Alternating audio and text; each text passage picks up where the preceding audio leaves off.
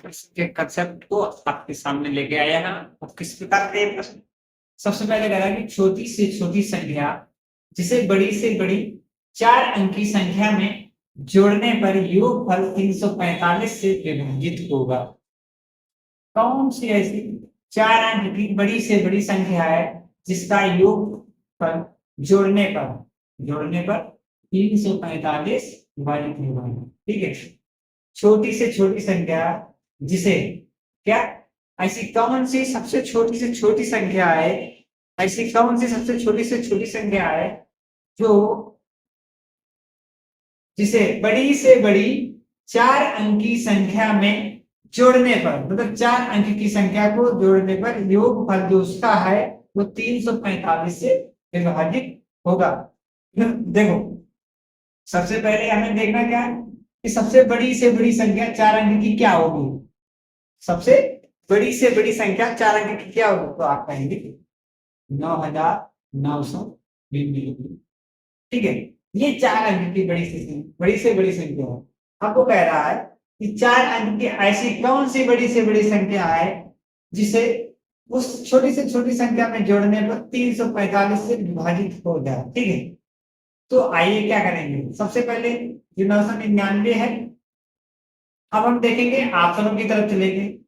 जो हमारे ऑप्शन दिए हैं, क्या क्या दिए हैं, 5, 6, 50, 7। ठीक है, आइए क्या करेंगे, देखो इसका भाग 5 से देते हो, क्या करेंगे वो इसमें सबसे पहले हम क्या करेंगे, करना हमें ये है, ये जो 345 है उसका हम 999 में भाग दे देंगे। 345 क्या करना है, अब हमें करना ये है, जो हमारे पास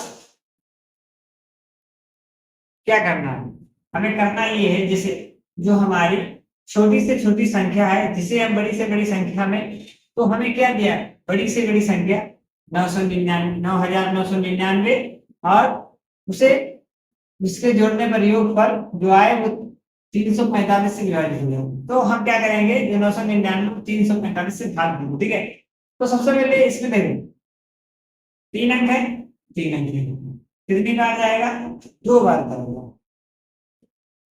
ठीक है, 5 दूनी 10, हासिल लगा 1, 4 दूनी 8 9। ठीक है, 3 दूनी 6, कितना आया 690।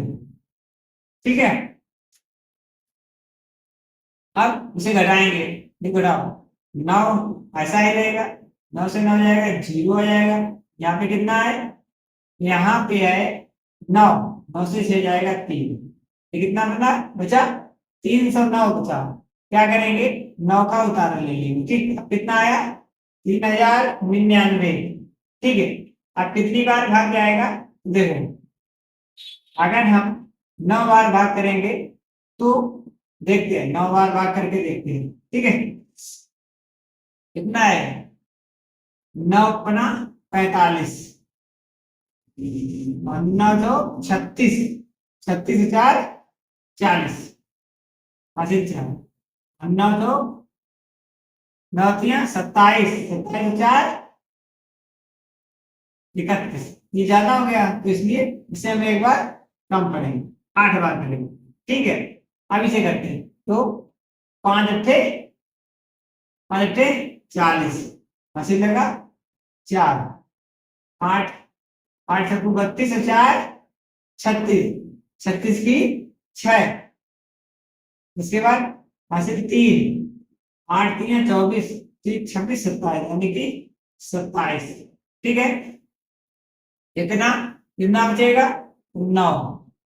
ठीक है, कितना यहाँ बचेगा, 9 से 6 जाएगा 3, यहाँ पे कितना है, यहाँ पे आएगा 1, यहाँ पे 10, 10 से 7 जाएगा 3। ठीक है, कितना बचा 339, कितना है ये 339। हाँ, ये अब क्या करना है, इसमें कौन सी संख्या जोड़नी है जो ये पूरी पूरी विभाजित हो जाए। ठीक है, कोई छोटी से छोटी संख्या क्या जोड़े जो पूरी पूरी विभाजित हो जाए 345 से। तो कैसे विभाजित हो जाएगा, देखो यहाँ पे कितना है 345, यहाँ पे कितना है 339, तो एक बार जाने के लिए कम से कम यहाँ पे कितना हो 345। तो यहाँ से 345 घटा देंगे, क्या करेंगे 345 घटा देंगे, कितना बचेगा 15 से 6, 15 से 9 जाएगा 6 बचेगा, 3 से 3 जाएगा 0, 3 से 3 जाएगा 0। ऑप्शन क्या आएगा 6। कौन सी होगी वो छोटी से छोटी संख्या 6। आशा करते हैं ये प्रश्न आपको समझ में क्या लिखा है। एक साधारण ब्याज की दर निवेशित एक धनराशि 8 वर्षों में 3 गुनी हो जाती है। कितनी हो जाती है? तो आप कहेंगे 3 गुनी हो जाती है 8 वर्षों में, ठीक है। यह धनराशि 20 वर्षों में कितनी गुनी हो जाएगी? तो 20 वर्ष में ये धनराशि कितनी गुनी हो जाएगी? आइए इस सवाल को कैसे हल करेंगे इसे समझते हैं। सबसे पहले देखो क्या है, साधारण ब्याज की दर से निवेशित है 8। तो हम क्या करेंगे, सबसे पहले जो धनराशि है वो यहाँ पे दी नहीं है, हम क्या करेंगे मान लेंगे, माना धन राशि कितनी मान लेंगे 100, ठीक है। कितनी मान लेंगे? वो धनराशि 100 मान लेंगे जो उन्होंने निवेशित की। और क्या कह रहा है कि 8 वर्षों में 3 गुनी हो जाती है। क्या 8 वर्षों में, यानी कि समय जो है कितना है 8 वर्ष, समय कितना है 8 वर्ष आप कहेंगे, ठीक है। अब जो 3 गुनी हो जाती है वो क्या चीज हो जाती है? मिश्र धन। क्या? मिश्र धन 3 गुना हो जाता है, ठीक है। मिश्र धन कितना है? 3 गुना है। मिश्र धन कितना है? 3 गुना, 100 का 3 गुना बराबर 300, ठीक है। कितने? 8 वर्षों में 100 रुपए की धनराशि 300 रुपए हो जाती है। तो अब हम निकालेंगे इसकी दर। क्या निकालेंगे? दर, यानी कि आर हमें नहीं मालूम है, आर हमें नहीं मालूम है, यानी कि क्वेश्चन मालूम, ठीक है। फिर क्या करेंगे, एक सूत्र होता है, क्या? साधारण ब्याज। साधारण ब्याज बराबर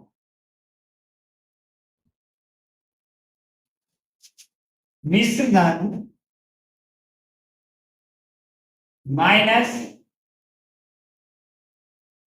मिश्र धन माइनस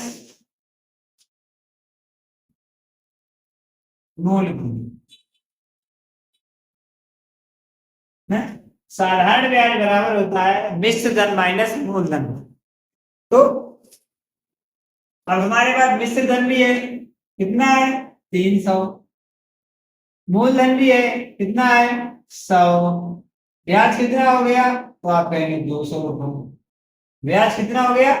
तो आप कहेंगे 200 रुपए इसका ब्याज हो गया, ठीक है। तो अब हमें क्या निकालना है? आर निकालना है। फार्मूला कौन सा लगाएंगे? देखो फार्मूला लगाएंगे साधारण ब्याज बराबर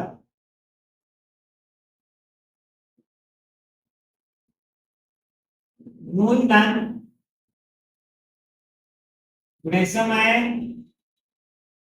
गुणे दर बटे 100। साधारण ब्याज कितना है? तो आप कहेंगे 200 रुपए। मूलधन कितना है? 100 रुपए। समय कितना है 8, और दर कितनी है? तो आप कहेंगे दर हमारी 8 है, ठीक है, बटे 100। 100 से 100 को काट देंगे क्योंकि ये बटे में है, और यहाँ पे क्या बचेगा 200 बराबर 8 आर। तो आर बराबर क्या आ जाएगा 8 दूनी 16, 4 बचे 8 5 40, यानी कि 25%। जो इसका इंटरेस्ट रेट है, ठीक है, इंटरेस्ट रेट है वो कितना है 25%, ठीक है। अब वो क्या कह रहा है 3 गुनी हो जाती है। ये धनराशि 20 वर्षों में कितने गुनी गुनी हो जाएगी, ठीक है। अब क्या पूछ रहा है, जो 100 रुपए की धनराशि है वो 20 वर्षों में कितनी हो जाएगी, ठीक है। फार्मूला यही वाला लगेगा दोबारा में भी, लेकिन अब की बार वो पूछ रहा है मिश्र धन, ठीक है। मूलधन कितना हो जाएगा, कितना गुना हो जाएगा, तो ये बताना है, ठीक है। तो यहाँ क्या क्या दिया है, ब्याज निकालेंगे, ब्याज कितना निकलेगा